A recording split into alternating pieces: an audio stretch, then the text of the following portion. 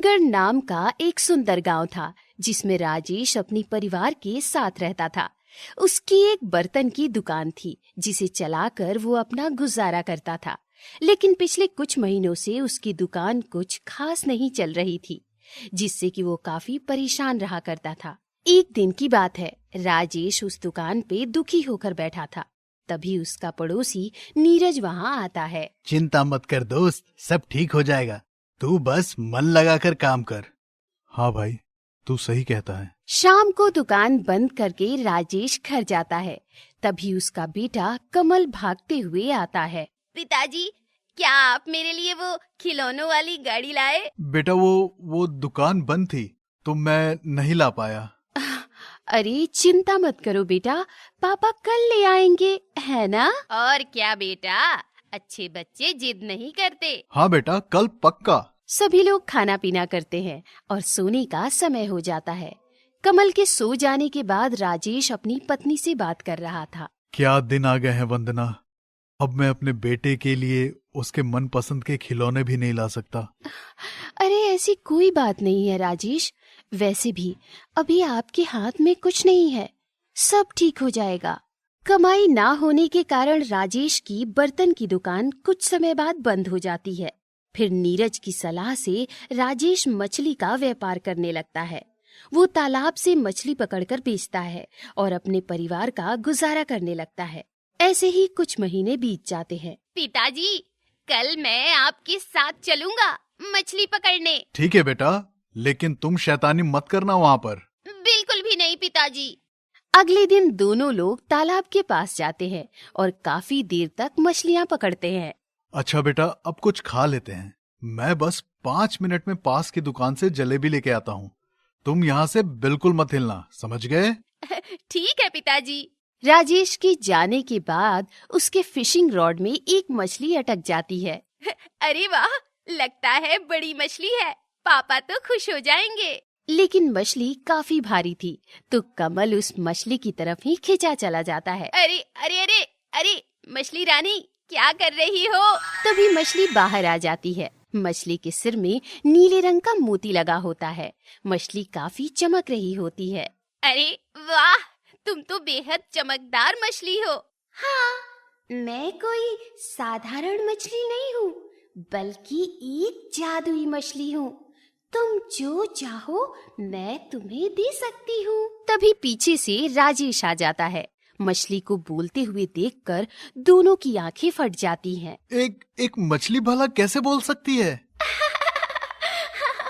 तो मांगो, तुम्हारी क्या इच्छा है?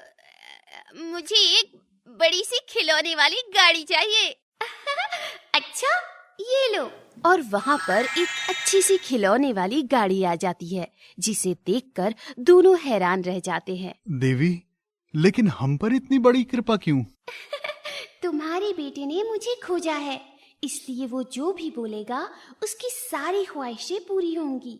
और अगर तुम मुझे अपने घर में रखते हो और मेरी रक्षा करते हो तो मैं तुम्हारी सदैव हर ख्वाहिश पूरी करती रहूंगी।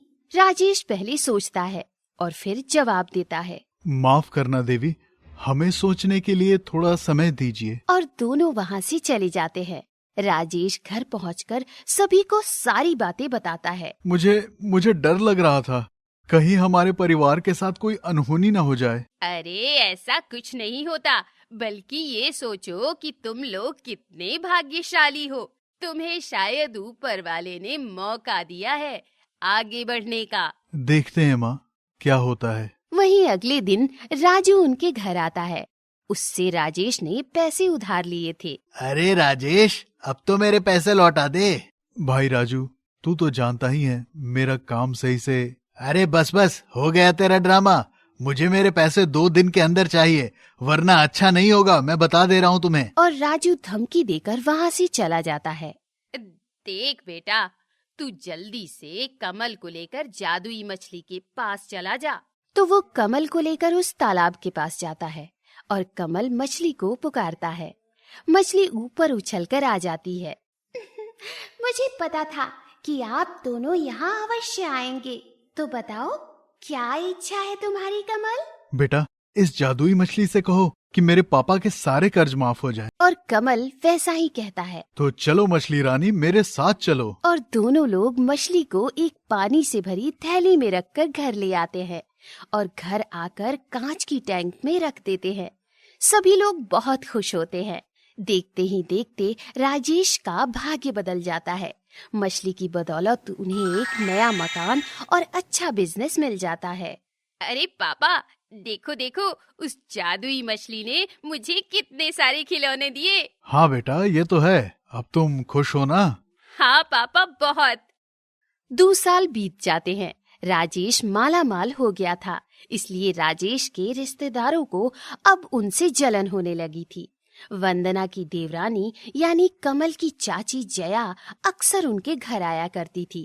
अरे वंदना, क्या मुझे 25,000 रुपए मिल सकते हैं? लेकिन जया, तुम तो कुछ महीने पहले ही 20,000 लेकर गई।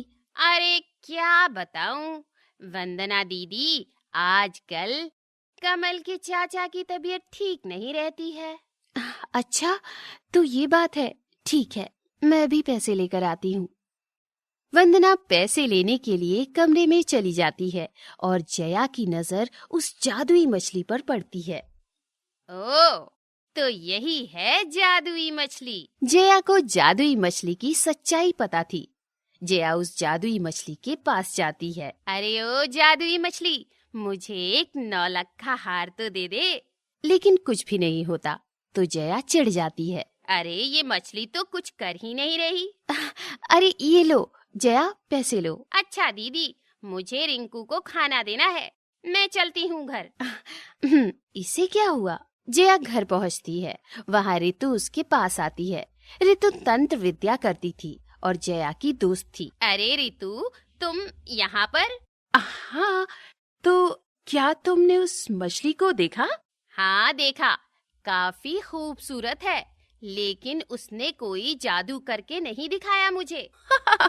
तुम चिंता मत करो, मैंने जैसा जैसा तुम्हें बताया था तुम वैसा ही करो। हाँ मुझे याद है, तुम्हारी बताई हुई महत्वपूर्ण तारीख के दिन मैं उस जादुई मछली के सिर पर लगे हुए मोती को निकाल दूंगी। हाँ, ऐसा करने के बाद तुम्हें वो सारी चीजें मिल सकती हैं जो तुम चाहती हो। यहाँ तक कि उनका परिवार भी तुम्हारे रास्ते से गायब हो जाएगा और किसी को शक भी नहीं होगा। बस तुम्हारी बात बिल्कुल सच हो जाए। तभी वहाँ पर जया का पति आता है। अरे लगता है वो आ गए, तुम पीछे वाले दरवाजे से निकल जाओ। रितु वहाँ चुपके से भाग जाती है। अरे आ गए आप, हाथ धो लीजिए, मैंने आपके लिए मटर पनीर बनाया है। अच्छा, आता हूँ। एक दिन कमल मछली के पास जाता है। क्या हुआ जादुई मछली, तुम परेशान लग रही हो? नहीं कमल, ऐसी कोई बात नहीं है। दरअसल जादुई मछली पहले से एक परी थी। वो एक श्राप के कारण मछली बन गई और उसका श्राप कुछ ही दिनों में टूटने वाला था।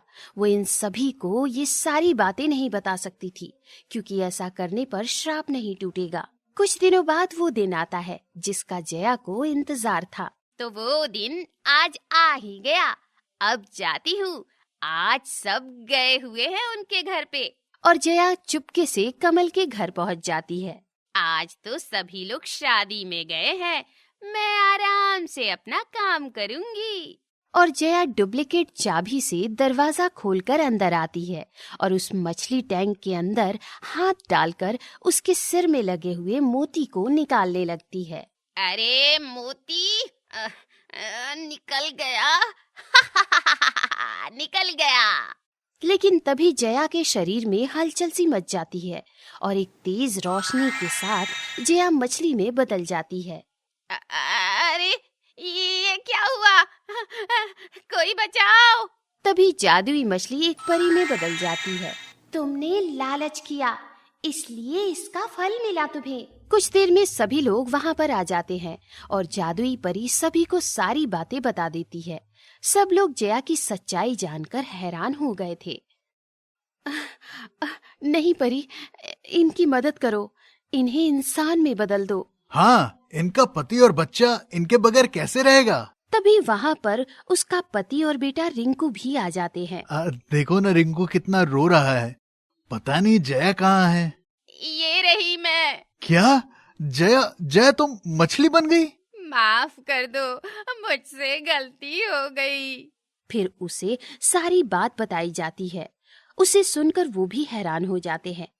फिर रिंकू को रोना देखकर परी का दिल पिघल जाता है और वो उसे इंसान बना देती है। और फिर जया को अपने किए पर पछतावा होता है और इसके बाद परी सबसे विदा लेती है। मेरा समय पूरा हो चुका है। कमल, अब मैं चलती हूँ। तुम्हारे परिवार की वजह से ही आज मैं श्राप से मुक्त हो पाई हूँ। मेरी रक्षा करने के लिए बहुत बहुत धन्यवाद। बाय बाय जादुई मछली। अब सब ठीक हो चुका था और जया भी सुधर चुकी थी। फिर जादुई मछली सबसे विदा लेती है और सब लोग अच्छे से मिलजुल कर हंसी खुशी से रहने लगते हैं। हेलो दोस्तों, हमारे इस चैनल को सब्सक्राइब करने के लिए यहाँ क्लिक कीजिए। Thank you.